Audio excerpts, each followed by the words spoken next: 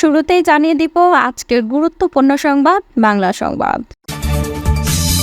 জানাবো নেতা শূন্য দক্ষিণ জেলা বিএনপির কমিটিতে আসছেন যারা, এবং সর্বশেষ জানাবো বগুড়ায় হাসিনা রেহানা জয় সহ 104 জনের নামে আরেকটি হত্যা মামলা। এতক্ষণ শুনছিলেন সংবাদ শিরোনাম, এখন থাকছে বিস্তারিত। প্রিয় দর্শক, নিউজটি ভালো লাগলে চ্যানেলটি অবশ্যই সাবস্ক্রাইব করে সঙ্গে থাকুন এবং এই ভিডিও সম্পর্কে আপনার মূল্যবান মতামতটি কমেন্ট বক্সে জানিয়ে দিন। ধন্যবাদ। চট্টগ্রাম দক্ষিণ জেলা বিএনপির আহ্বায়ক কমিটির বিলুপ্তর পরে দলের তৃণমূলের নতুন নেতৃত্ব নিয়ে ব্যাপক আলোচনা ও নানা গুঞ্জন চলছে। দলের নীতি নির্ধারকদের উপর আস্থা রেখে কারা আসবেন নতুন নেতৃত্বে এবং কারা কিভাবে দলের ভেতরে পরিস্থিতি সামাল দেবেন, এসব প্রশ্ন এখন কর্মী ও সমর্থকদের মধ্যে ঘুরপাক খাচ্ছে। দক্ষিণ জেলা বিএনপি সাংগঠনিক কমিটি বিলুপ্ত করার সিদ্ধান্তের পর থেকে তৃণমূলের নেতাকর্মীদের মধ্যে উত্তেজনা তৈরি হয়েছে। একজন আরেকজনের বিরুদ্ধে নানা মিথ্যা অভিযোগ এনে সামাজিক যোগাযোগ মাধ্যমকে ঘায়েল করার অপচেষ্টা করছে। সবকিছু ঠিকঠাক থাকলে নতুন কমিটি ঘোষণা হতে পারে যে কোনো দিন। তাই নেতা হওয়ার দৌড়ে প্রার্থীরা ঢাকা কেন্দ্র নেতাদের কাছে ছুটছেন এবং তাদের সমর্থন লাভের চেষ্টা করছেন। বর্তমানে সভাপতির পদ এবং সাধারণ সম্পাদক বা সদস্য সচিবের পদে সম্ভাব্য প্রার্থীদের নাম নিয়ে দলীয় মহলে নানা আলোচনা চলছে।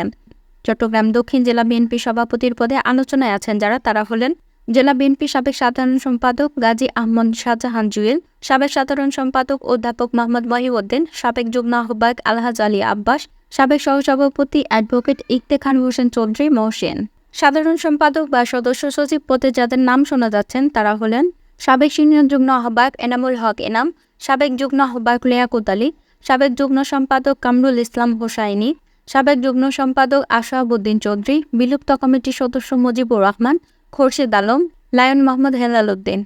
দলটির তৃণমূল নেতাকর্মীরা চান আগামী নতুন নেতৃত্বে এমন রাজনৈতিক ব্যক্তি আসুক যিনি সত্যিকার সাচ্চা শহীদ জিয়ার আদর্শের কর্মী, যারা বিগত 17 বছর দলের আন্দোলন সংগ্রামে সক্রিয় ছিল, যারা সংগ্রামে নেতৃত্ব দিয়েছেন এবং ত্যাগ স্বীকার করেছেন, তাদেরই নেতৃত্বে আসা উচিত।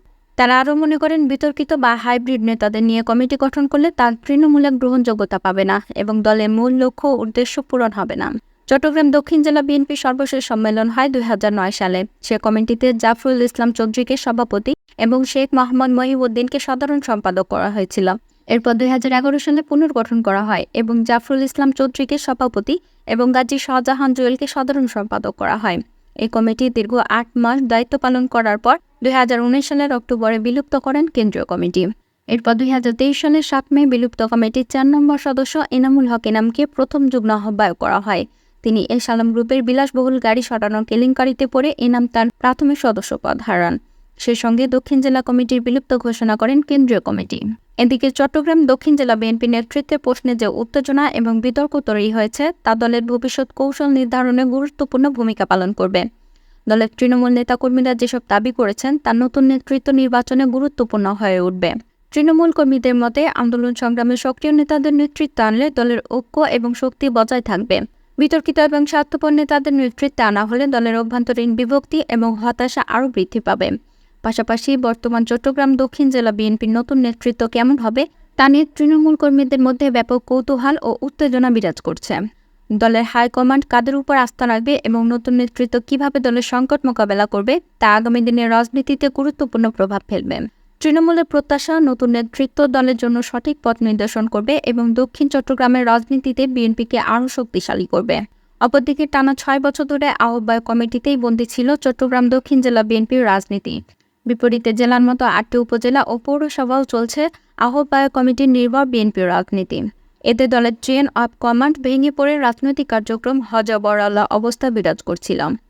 দক্ষিণ জেলা বিএনপির 3 মাসের আহ্বায়ক কমিটি টানা 6 বছর পার করলেও সম্মেলনের প্রস্তাবিত কোনো তোড়জোড় ছিল না, বরং যাকে কোন্দল নিরসনের জন্য দায়িত্ব পালন করা হয়েছে তাকে ঘিরে মাথাচাড়া দিয়ে উঠেছিল জেলা বিএনপির অভ্যন্তরীণ কোন্দল। জানা যায় 2019 সালের 2 অক্টোবর দক্ষিণ জেলা বিএনপির আহ্বায়ক কমিটি গঠন করা হয়। কোন্দল এড়াতে 65 সদস্যের এই কমিটি আহ্বায়কের দায়িত্ব দেওয়া হয়েছিল নগর বিএনপির নেতা আবু সুফিয়ানকে।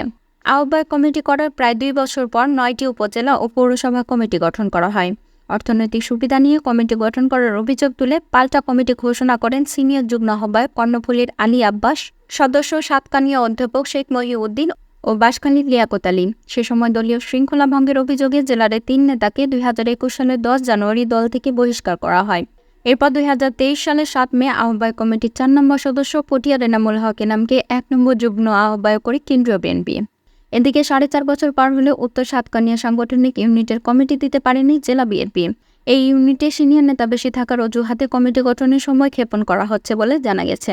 2020 সালের ডিসেম্বরে দক্ষিণ জেলা বিএনপির অধীনে উত্তর সাতকানিয়া নামে সাতকানিয়া উপজেলার খাগড়িয়া, কালিয়াইশ, কেউচিয়া, ধর্মপুর, বাজালিয়া ও পুরানগড় ইউনিয়ন নিয়ে নতুন ইউনিটের অনুমোদন দেয় কেন্দ্রীয় বিএনপি। অভিযোগ রয়েছে উত্তর সাতকানিয়া সাংগঠনিক উপজেলা বিএনপির কমিটি নিয়ে আর্থিক লেনদেন চলছে। এই ইউনিটে পদ প্রত্যাশী কয়েকজন নেতার কাছ থেকে আর্থিক সুবিধা নিচ্ছেন জেলা বিএনপির সিনিয়র এক নেতা। তবে যেসব আহ্বায়ক কমিটি করা হয়েছে তার মধ্যে পটিয়া ও লোহাগাড়া উপজেলা ছাড়া আর কোনো উপজেলা বা পৌরসভা তাদের আওতাধীন ইউনিয়ন বা ওয়ার্ড কমিটি গঠন করতে পারেনি। জেলা তৃণমূল নেতাকর্মীদের অভিযোগ, নগর বিএনপির নেতা আবু সুফিয়ানকে জেলা বিএনপির কোন্দল নিরসনের জন্য দায়িত্ব দিলেও তিনি দলকে আরও কোন্দলের দিকে ঠেলে দিয়েছেন। তার পছন্দের যেসব উপজেলা পৌরসভায় কমিটি গঠন করা হয়েছে তারাও রাজনীতি থেকে অনেকটা নিষ্ক্রিয়। এর মধ্যে অন্যতম সাতকানিয়া উপজেলা বিএনপি আহ্বায়ক জামাল হোসেন। গত বছরের 28 অক্টোবর থেকে রাজনীতিতে নিষ্ক্রিয় তিনি। ছাত্র জনতার আন্দোলনে রিপন ফকির নামে এক ব্যক্তিকে গুলি করে হত্যার অভিযোগে সাবেক প্রধানমন্ত্রী শেখ হাসিনা, তার বোন শেখ রেহানা, ছেলে সজীব অজের জয়, আওয়ামী লীগের সাধারণ সম্পাদক ওবায়দুল কাদের সহ 104 জনের নাম উল্লেখ করে হত্যা মামলা হয়েছে। মঙ্গলবার নিহতের স্ত্রী মাবিয়া বেগম এই মামলা করেন। মামলায় অজ্ঞাতনামা আরও 200 থেকে 300 জনকে আসামি করা হয়েছে। আসামিদের মধ্যে বাংলাদেশ সংবাদ সংস্থার বগুড়া প্রতিনিধি AHM আখতারুজ্জামানও রয়েছেন। বগুড়ায় এ নিয়ে হাসিনার বিরুদ্ধে 6টি হত্যা মামলা ও 1টি হত্যা চেষ্টা মামলা দায়ের করা হয়েছে। রিপন ফকির হত্যা মামলায় অন্যান্য আসামিরা হলেন সাবেক স্বরাষ্ট্রমন্ত্রী আসাদুজ্জামান খান কামাল, সাবেক আইজিপি আব্দুল্লাহ আল মামুন, সাবেক ডিএমপি কমিশনার হাবিবুর রহমান, সাবেক ডিবি প্রধান হারুনা রশিদ, সাবেক অতিরিক্ত যুগ্ম পুলিশ কমিশনার বিপ্লব কুমার, সাবেক তথ্য প্রতিমন্ত্রী আরাফাত, জেলা আওয়ামী লীগের সভাপতি মোহাম্মদ মুজিবুর রহমান মজনু, সাধারণ সম্পাদক রাগেবুল আহসান রিপু, সাবেক এমপি ডাক্তার মোস্তফা আনাম নান্নু, সাবেক এমপি রেজাউল করিম বাবলু, আওয়ামী লীগ নেতা মঞ্জুরুল আলম মোহন, যুবলীগ নেতা মোহাম্মদ আমিনুল ইসলাম, মোহাম্মদ আব্দুল মতিন সরকার, টি জামান নিকেতা, রফি নেওয়াজ খান রবিন, আসাদুর রহমান দুলু, যুবলীগ সভাপতি সুভাষিস পোদ্দার লিটন, সুলতান মাহমুদ খান রনি, আব্দুল মান্নান আকন্দ, আনোয়ার হোসেন রানা, হেলাল উদ্দিন কবিরাজ, হাসিবুর রহমান সুরুজ, সাবেক এমপি ও জাতীয় পার্টির নেতা শফিকুর ইসলাম জিন্না সহ আওয়ামী লীগ ও তার অঙ্গ সংগঠন নেতাকর্মীদের আসামি করা হয়েছে। গত 4 আগস্ট ছাত্র জনতার তীব্র গণ আন্দোলন চলাকালে বগুড়া শহরের 2 নম্বর রেলগেট এলাকায় গুলিবিদ্ধ হয়ে নিহত হন রিপন ফকির। মামলায় উল্লেখ করা হয়েছে, রিপন ফকির গত 4 আগস্ট সকালে বাড়ি থেকে বের হন। বেলা 11টার দিকে তিনি ছাত্র জনতার সাথে আন্দোলনে যোগ দেন। তারা মিছিল নিয়ে সাতমাথায় যাওয়ার সময় শহরের ঝাউতলা এলাকার সাবেক প্রধানমন্ত্রী শেখ হাসিনা সহ হুকুমের আসামিদের নির্দেশে অপর আসামিরা মিছিল ঘেরাও করে। এরপর তারা লাঠিসোঁটা, কাটা রাইফেল, রিভলভার, চাইনিজ কুড়াল নিয়ে পেট্রোল বোমা, ককটেল বিস্ফোরণ ঘটিয়ে ত্রাস সৃষ্টি করে। এই সময় মিছিলটি ছত্রভঙ্গ হয়ে গেলে রিপন ফকির রক্তাক্ত অবস্থায় রাস্তায় পড়ে থাকে। পরে রিকশা যোগে রিপন ফকিরকে বগুড়া শহীদ জিয়াউর রহমান মেডিকেল কলেজ হাসপাতালে নিয়ে যাওয়ার পথে মৃত্যুবরণ করেন। পরে মরদেহ ময়নাতদন্ত ছাড়াই বাড়িতে নিয়ে গিয়ে দাফন করা হয়।